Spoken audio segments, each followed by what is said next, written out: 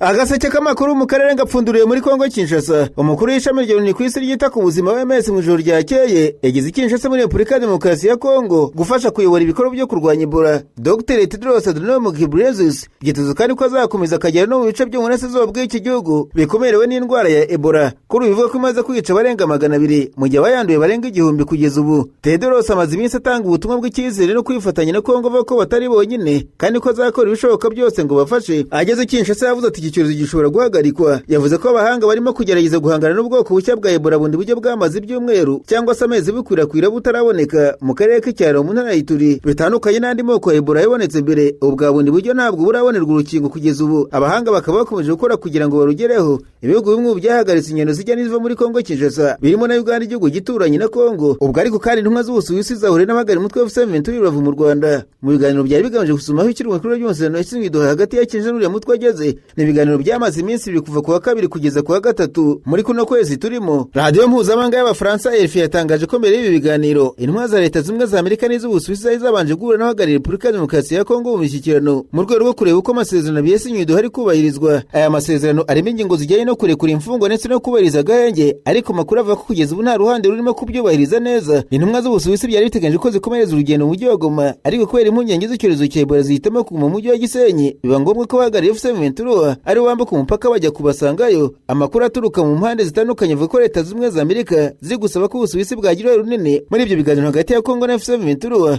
Ingingo y'amabuye y'agaciro yo mu gace ka Rubaye muri teritwari ya Masisi iri mu zibanzweho cyane muri ibyo biganiro uko amakuru abivuga. Rubaye ifite agaciro gakomeye mu masezerano y'ubucukuzi bw'amabuye y'agaciro Amerika yasinyanye na Kongo Kinshasa mu mwaka ushize. F7 mu mezi yashize yatangaje ko yiteguye kugirana ibiganiro bitaziguye na Washington mu micungire ya Rubaya. Mu gihe ibiganiro byaberaga i Rubavu ku rugamba aho Rubaya yakomeje kugabwa ibitero n'ingabo za leta ya Kongo zikoresheje drone n'abasirikare bo ku butaka, ariko makuru aturuka ku mirongo y'urugamba yemeza ko F7 yashoboye kuzisubiza inyuma. Ihuriro F7 rirwanya ubutegetsi bwa Kongo ariko kandi ryijeje abaturage muri santere Kinigi muri teritwari ya Masisi ko ingabo z'iki gihugu umutwe w'iterabwoba wa FDLR na Wazalendo batazahakandagira. Kuva mu cyumweru gishinzwe wa leta ya Kongo, FDLR na Wazalendo bagabye ibitero bikomeye mu bice byo muri Masisi byegereye santere Rubaya birimo Kinigi na Cugi bifite intego yo kubifata. Mu ntangiriro z'iki cyumweru amakuru yatangajwe n'abakwirakwiza icengezamatwara rya leta ya Kongo yavuga ko Kinigi, Cugi ndetse na Rubaya byamaze gufatwa na Wazalendo. Mu gitondo cya 26 Gicurasi F7 turagabye ibitero bikomeye kuri iyi mitwe y'ingabo yisubiza ibice byinshi byari byafashe ibisubiza kure cyane ya Rubaya, igice gikungaye ku mabuye y'agaciro ya Koruta. Uwo munsi umuyobozi wa teritwari ya Masisi wakizwe na F7 Emmanuel Ndizeye Rutebuka yasuye abatuye muri Rubaya abamenyesha ko ingabo za leta ya Kongo n'imitwe bikorana bitazigera bifata iyo santere. Ku itariki ya 28 Gicurasi Ndizeye yasuye abaturage bo muri Kinigi ababwira ko F7 cyangwa se ARC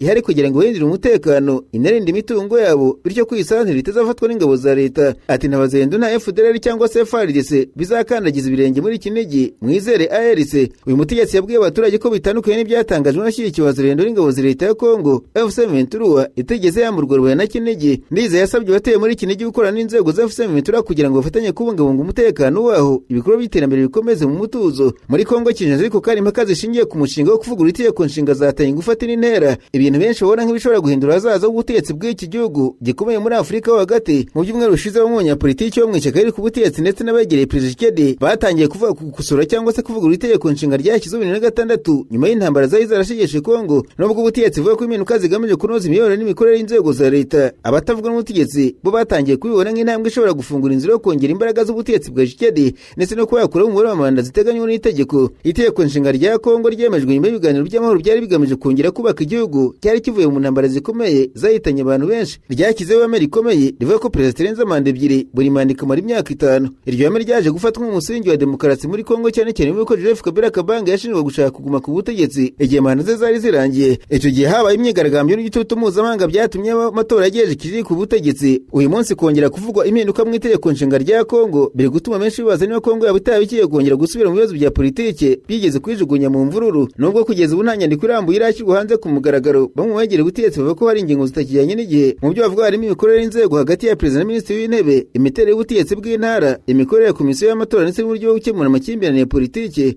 Ariko abarwanya ubutegetsi muri Kongo Kinshasa bavuga ko nyuma y'izi mpamvu ashobora kuba ari umugambi wa politiki ugamije kongera kugenzura inzego no gutegura uburyo perezida yakomeza kugira ijambo rikomeye mu gihugu igihe manda zizaba zirangiye. Amashyaka arwanya ubutegetsi muri Kongo yatangiye kuburira abaturage ko gukora ku itegeko nshinga bishobora guteza ibibazo bikomeye. Hari abageranya ibindi byabaye mu bindi bihugu bya Afurika bimenuka ku mategeko nshinga zakoreshejwe mu kongera manda z'abakuru b'ibihugu. Abakurikirana hafi politiki ya Kongo bavuga ko ikibazo gikomeye atari uguhindura itegeko nshinga ubwabyo, ahubwo ari igihe biri gukorerwa n'urwego rw'icyizere abaturage bafite inzego za leta. Kongo iri mu bihe bikomeye by'umutekano muke ukomeje mu burasirazuba bw'igihugu, ubukungu buri guhura n'ibibazo ndetse no kutizerana gukomeye hagati y'abanyapolitiki. Muri uwo mwuka wa politiki usanzwe ushyushye, imbaga ku itegeko nshinga zishobora kongera gukongeza ubushyamirane. Harabibaza niba Tshisekedi ashobora kongera gushaka ububasha burenze. Iki ngo nicyo kibazo kiri kwibazo cyane muri Kongo. Perezida wa Kongo Kinshasa kuri ubu ntaratangaza ku mugaragaro ko ashaka guhindura amahana cyangwa se kongera igihe ayobora igihugu, ariko amagambo amushyigikiye niyo yakomeje gutuma impaka ziyongera. Abanyapolitiki bumva ko ubutegetsi bushobora kuba buri kugerageza gupima ubushyuhe bwa politiki mbere yo kujya kureba umushinga nyirizina. Abandi bavuga ko bishobora kuba n'uburyo bwo kurangaza abaturage mu gihugu gifite ibibazo by'umutekano n'ubukungu.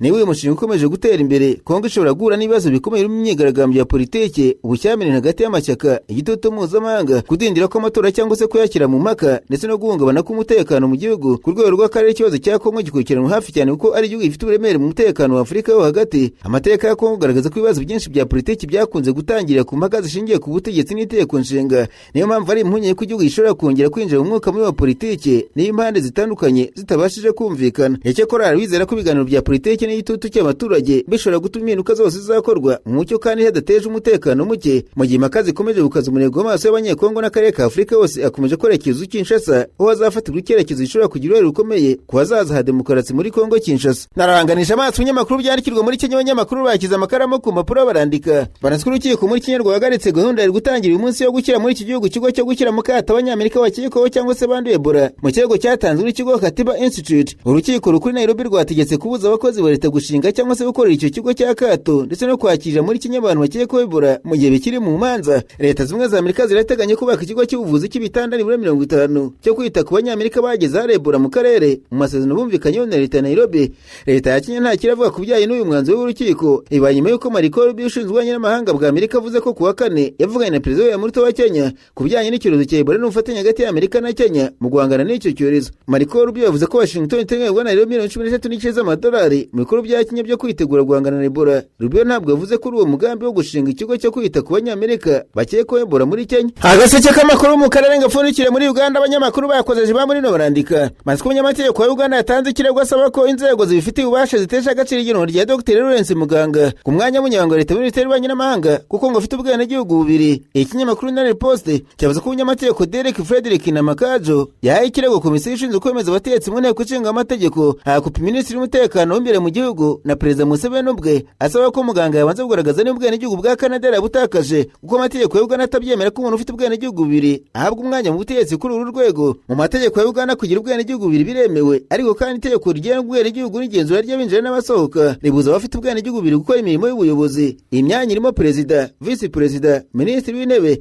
abaminisitiri bagize guverinoma ndetse n'abaminisitiri ba leta. Namakaje yavuze ko minisiteri y'umutekano imbere mu gihugu ari urwego rwihariye kandi rw'ingenzi cyane kuko ishinzwe kugenzura abinjira n'abasohoka, imicungire y'ubwenegihugu, gahunda z'irangamuntu n'iz'igihugu, guhuza ibikorwa by'umutekano imbere mu gihugu ndetse no gucunga imipaka. Inyandiko zikwirakwizwa ku nkoranyambaga zigaragaza ko Muganga yiyandikishije nk'umwenegihugu wa Uganda ku itariki 8 Ugushyingo mu myaka 2 ishize kandi ko yabonye pasiporo ya Uganda ku itariki 23 Gashyantare uyu mwaka. Impaka zikomeje zishingiye cyane ku buryo Muganga amaze igihe azwi cyane ko afitanye isano na Canada ndetse no ku bibazo bya politiki bigeze kuvuga bya indangamuntu n'ubwenegihugu birimo n'ibifitanye isano n'abaturanyi ba hafi mu majyepfo y'Uburengerazuba bwa Uganda, no kuvuga u Rwanda. Ariko kandi uregabona ko byanatuma ikirgo rya Calvin Echodu nkungirije minisitiri ushinzwe ububanyi n'amahanga naryo ryahita rijya mu igenzurwa. Muganga mbere yakoraga nk'umujyanama mu politiki muri guverinoma Alberta muri Canada ndetse akaba yabaye n'umuyobozi w'imishinga mu muryango wa Edmonton Multicultural Coalition muri Canada. Yanakoranye n'ikigo cy'imisoro n'amahoro cy'u Rwanda, Rwanda Revenue Authority, kandi yarazwi ku rwego rw'igihugu nk'umunyarwanda. Inkuru yasohotse muri Gicurasi mu myaka 13 ishize mu kinyamakuru The New Times cyo mu Rwanda yamusobanuye nk'umunyarwanda uba kandi ukorera muri Canada mu gihe bamuvugagaho nyuma yo guhabwa ishimwe na guverinoma y'intara Alberta kubera gutangiza gahunda yo gukumira ibyaha. Hanyuma Perezida Kaguta Museveni yakoze impinduka no zitunguranye muri guverinoma yari amaze iminsi atashyizeho. Muri izi mpinduka Dr. Jane Rusa Cheng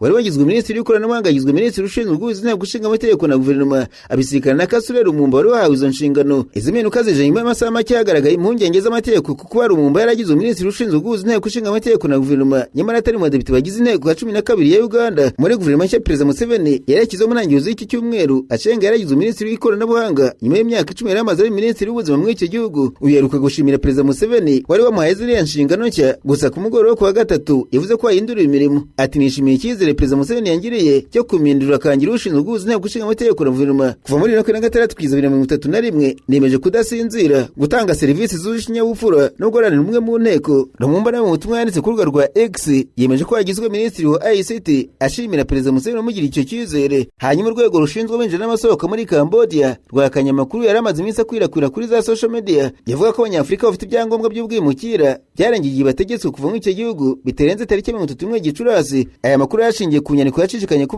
mbuga isa n'itangazo ryemeye ryaturutse mu buyobozi bwa Cambodia. Iyo nyandiko yavuga ko abaturage bakomoka mu bihugu bitandukanye bya Afurika birimo Ghana, Kenya, Cameroon na Uganda n'ibindi bagomba kuva muri Cambodia mbere y'itariki 31 Gicurasi, bitaba ibyo baganwa n'amategeko. Icyakora ku itariki ya 29 Gicurasi urwego rushinzwe abinjira n'abasohoka muri Cambodia rwashyize hanze itangazo risobanura ko amakuru yose ari ibinyoma kandi nta cyemezo nk'icyo kigeze gifatwa na leta y'icyo gihugu. Muri iryo tangazo urwego rwavuze ko rwabonye amakuru yatangajwe n'imbuga zimwe zo kuri murandasi zivuga ko abanyafurika bafite ibyangombwa byarengeje igihe bategetse kuva muri Cambodia, ariko rugaragaza ko ayo makuru atari ukuri na gato. Rwagaragaje kandi ko abaturage ndetse n'abanyamahanga bagomba gushakira amakuru ku miyoboro yemewe y'inzego za leta kugira ngo birinde kubyo n'amakuru atizewe. Iri tangazo rije rikurikira impungenge zatewe n'iyo nyandiko yakwirakwiriye ku mbuga cyane cyane mu banyafurika batuye cyangwa se bakorera muri Cambodia. Bamwe bari batangiye kwibaza ku hazaza h'imibereho yabo muri icyo gihugu.